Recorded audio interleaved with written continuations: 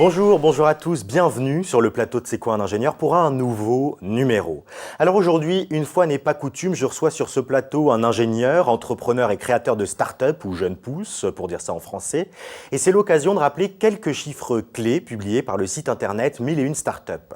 Alors on estime à 10 000 le nombre de start-up lancées en France ces 5 dernières années. 25% d'entre elles réussissent avec brio une levée de fonds, mais le taux d'échec d'une start-up est de 90% en moyenne. Un chiffre qui fait mal et qui a de quoi inquiéter, mais il faut oser aussi entreprendre, se lancer et parfois échouer. Mon invité aujourd'hui s'appelle Pierre-Julien Arbonnier. Bonjour Pierre-Julien. Bonjour Guillaume. Et merci d'être avec nous. Alors vous êtes le cofondateur et CEO de Parky, une start-up dans le domaine de la ville intelligente primée en 2016 par la fondation Norbert Segard. Ça fait combien de temps d'ailleurs que vous avez lancé ce projet ? On a commencé en mai 2014. En mai 2014.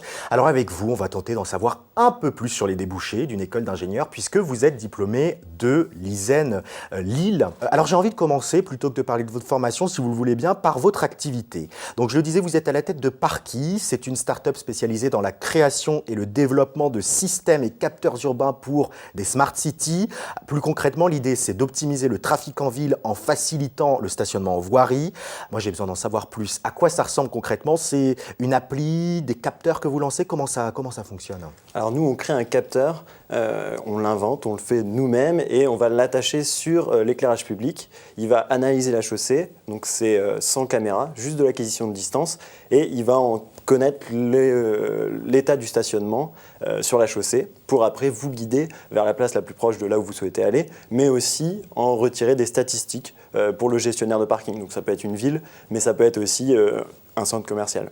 Vous avez déjà noué des partenariats avec des villes, des établissements qui ont testé votre processus ? Alors, on est en phase de démarchage et on va pouvoir tester notre solution donc, sur un parking privé et puis sur la ville de Lille.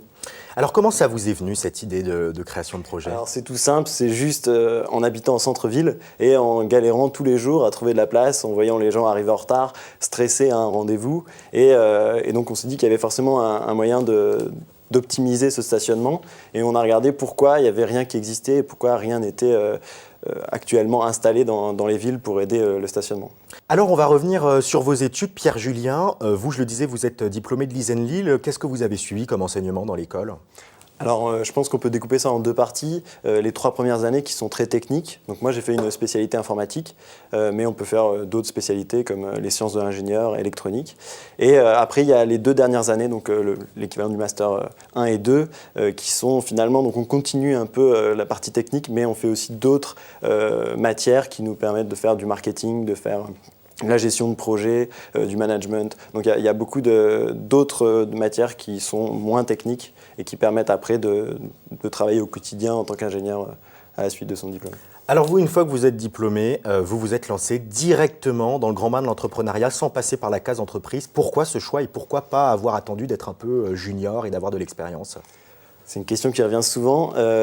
Donc on avait commencé le projet en mai 2014, donc on était encore dans les études, on était en Master 1.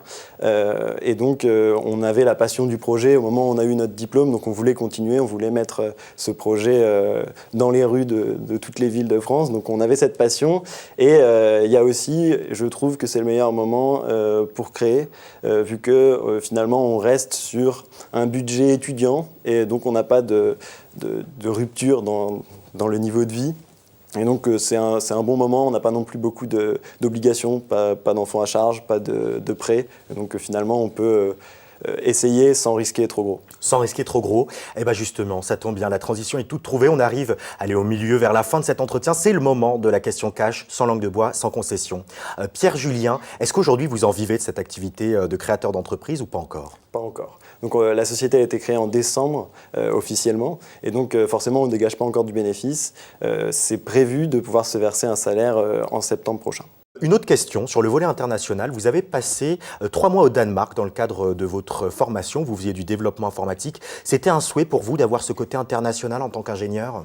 Oui, bien sûr, c'est très important d'aller voir ce qui se passe à l'extérieur. Il y a des choses différentes, il y a du positif, il y a du négatif, donc il faut aller voir un peu tout le positif qu'il y a ailleurs, même au Danemark, ça paraît pas très loin, mais c'est complètement différent la façon de travailler qu'en France. Et puis il y a aussi pour la langue, l'anglais, travailler en anglais pendant 3 mois, c'est très important, et même si par la suite, on travaille en France, on est amené à parler régulièrement en anglais et donc après on est beaucoup plus détendu dans ce genre de situation.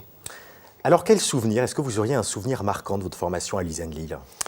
Oui, le plus gros souvenir, c'est à la fin de notre première soutenance de Parky, justement. Donc, en fin de Master 1, où on présentait pour la première fois Parky à l'école et qu'on a senti, quand on a dit qu'on voulait continuer et qu'on allait peut-être en faire une entreprise par la suite, que l'école nous a soutenus et d'ailleurs, elle continue toujours à nous soutenir. Donc ça, c'est le moment quand même le plus fort dans ma formation. Pierre-Julien, on arrive à la fin de cet entretien. C'est le moment de la dernière question. Dans 10 ans, vous êtes où? Où est-ce que vous vous voyez?